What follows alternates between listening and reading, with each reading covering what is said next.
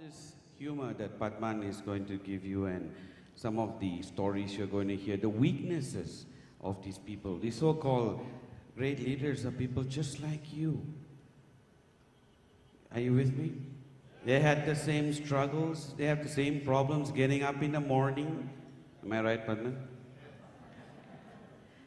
They have the same struggles that all of us face. They started, I think every single one here basically started at some point they had gone through where they had no money. They were counting pennies. I don't think you can understand the value of money until you are totally broke. You have to be totally broke once. Are you getting my point? And I think I can say quite confidently that everyone here had hit that point somewhere. And they can tell you whatever they, remember of this. But Batman started totally broke. And that's the beauty of it. He was totally broke, but he went out there and convinced people to sign up under him. So let me give you my brother and, one of my most cherished partners, Batman Senadiraja.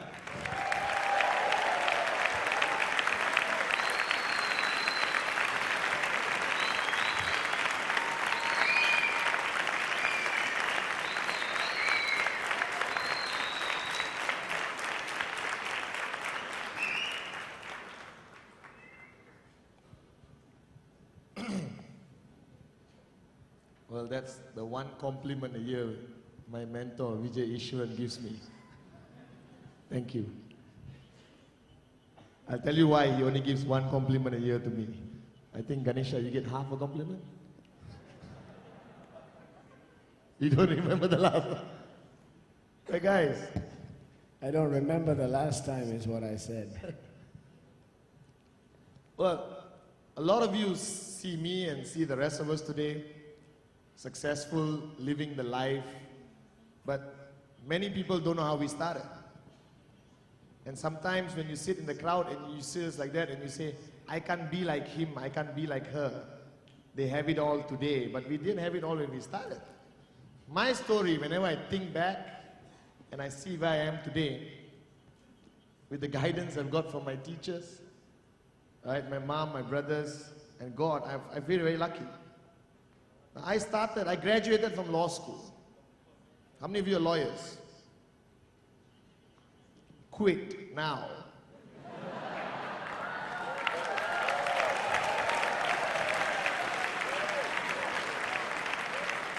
In India, they say lawyer, liar. Like a liar, I got out of college. Prized possession, a two-wheeler motorbike. You know a two-wheeler motorbike? Which was passed down from Kuna, then passed to Sati, and then partially passed to me.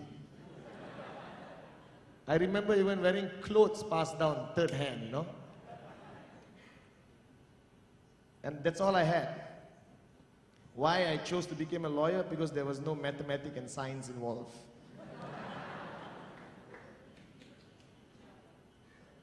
And I graduated, and my mother started to panic. Will he ever get a job? Will anyone hire him? And I think from young I was a rebel, refusing to comply with the traditional study hard, get a job. I scraped through the exams, I guess, I just made it. And then this man, Vijay Ishwaran, came home and told my mom, what's your son doing? My mom said, nothing. And he said, okay, does he want a job? My mom said, yes, he wants. I never answered. And that was my job.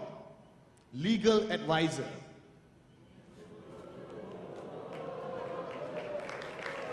Don't clap. And, Vijay was very kind to me, Ishwan was very kind to me, and he gave me my own office, overseeing the lake, own secretary which I couldn't choose.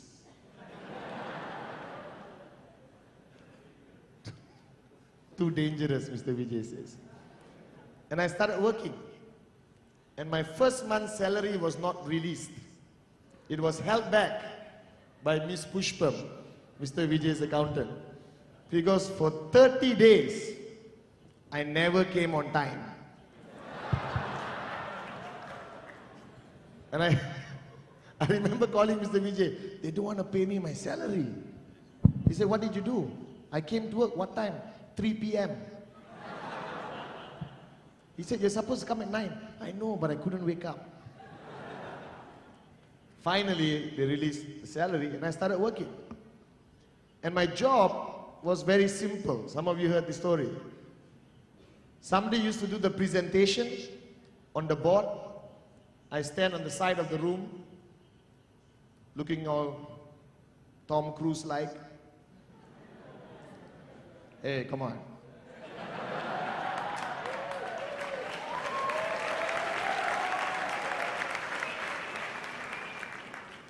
Eddie Murphy. Eddie Murphy.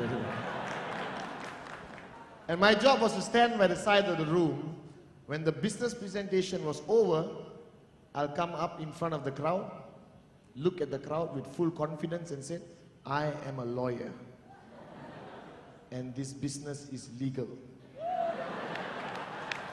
That's all.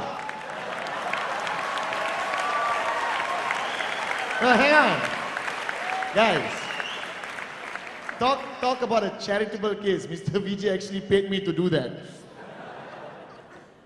And one day, the presenter did not come. He backed out, traffic jam. He said, Patman, you got to do the presentation. Now you see me comfortable speaking up here, but the first time I started speaking to people, I had butterflies, dragonflies, and everything else flying in my stomach. I freaked out. And I said, no, let's cancel the presentation. We cannot, you have to do it. 30 people in the room. I went up, did the lousiest plan possible I could think of. 26 sign-ups on the spot. Right? Hey! But I felt like an idiot because they were not my downlines. So I said, okay, next day, another presentation. And the guy backed out again. And I said, oh, another presentation. I said, hey, you just buy this product, you get a tracking center, left, right, you make a lot of money lah, okay? Quit your jobs and become rich lah. All right, 50 old people signed up, you understand, no? After a few days, the networkers in Malaysia were telling Patman, you are the best, thank you. I just earned my $800 check, $1,002 check, and I was there fighting to go to work early so I actually get my salary. So finally I called Mr. Vijay and I said, I want to be a networker. He said, okay, quit your job. I said, hang on. Personal office, personal secretary, 22 years old. I said, why do I have to quit my job? It's not policy for you to have a tracking center and have a job. Yeah, I think it was Thursday morning when I called him back and said, I want to become a networker. And he asked, are you sure? I looked at my secretary for the last time. And I said, yes. I thought the company would give me some benefits of 3 free tracking centers. It doesn't happen. Because they said the 3-header is the best way to go. So I went back home, looked at my mom, who already told the whole town that her son works for a huge multinational company, own office, measurement she knows, you know, so proud. And I looked at my mom and said, Ma, I just quit my job. And I need to borrow some money.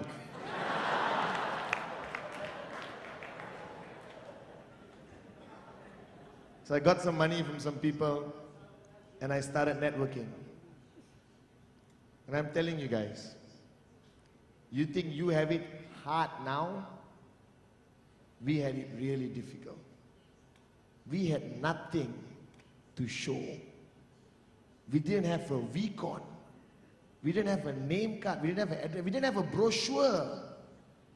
We had nothing except a piece of paper and a 40-cent pen. You understand? My coin was delivered to me after 1.5 years. But that made me into a powerful networker because I had nothing to show. And I had to get good at showing the plan without showing any physical product. Are you guys with me? So I thought this was the easiest business in the world. I went out and started showing the plan. Then I realized that, hang on, I got a motorbike with 2 wheels, and I'm going to go and show working class people this fantastic business which can make you millions of dollars. So what I used to do is, this is the trick of the trade, you know. I used to set all my appointments in nice restaurants and nice hotels, but never take your motorbike and give it to valet. So I used to park my motorbike really far away from the hotel, tie up the helmet and jacket, and walk into the 5-star hotel like you own it. It's called millionaire mentality. Mr. Vijay taught me one thing. Before you can earn $1 million in your bank account, you have to have $1 million up here. Do you understand or not? All right?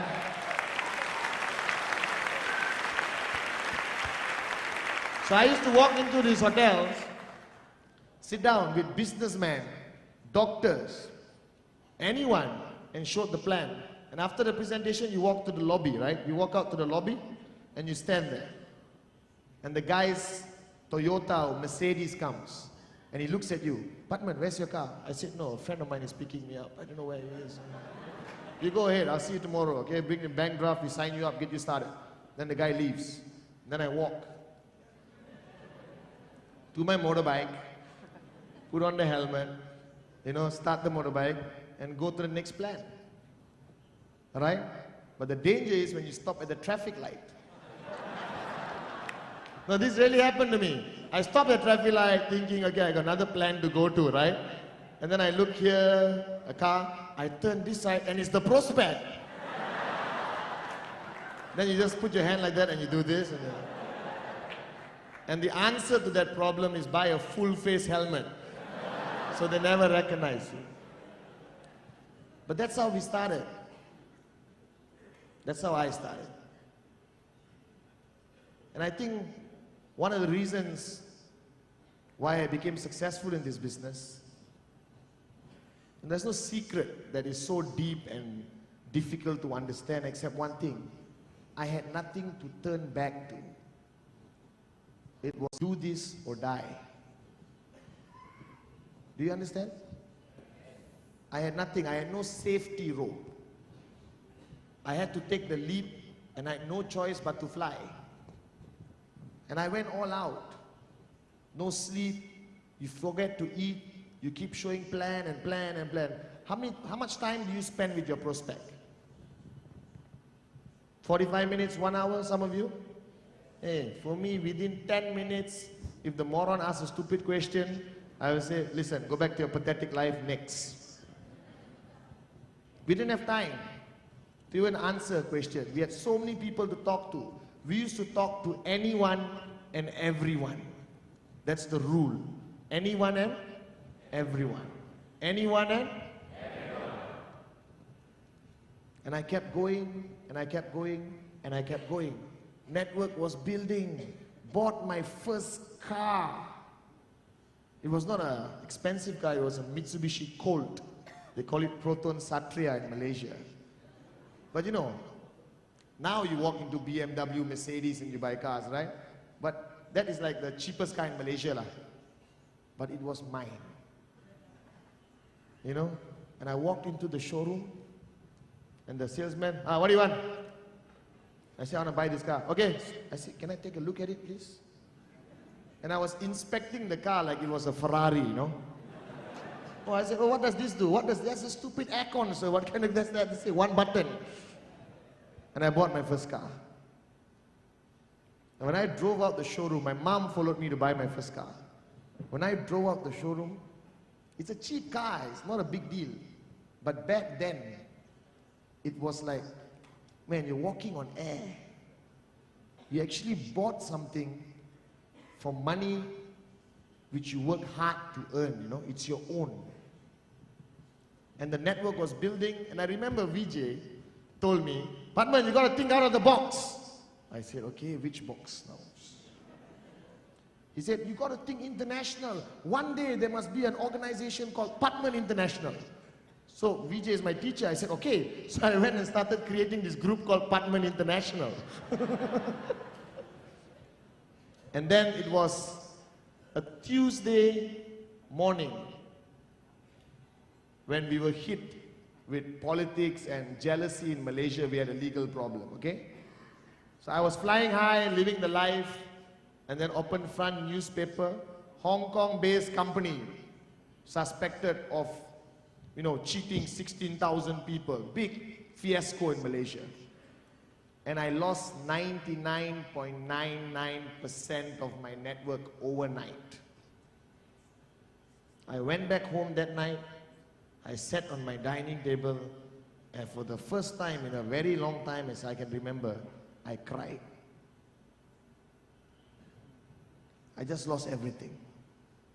The newspaper kept hitting us like some of the countries.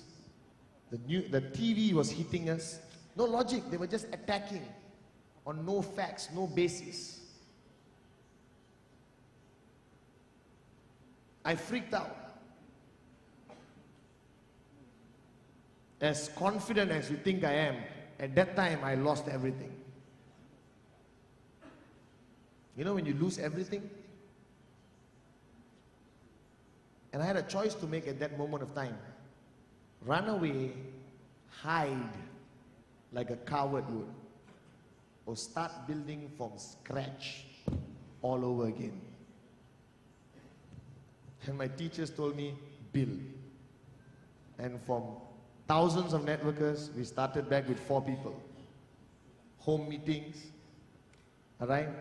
And we built and we fought back and we built. And the newspaper still kept attacking us. And every time the newspaper put an article in the newspaper, you know what Vijay calls it? Free publicity.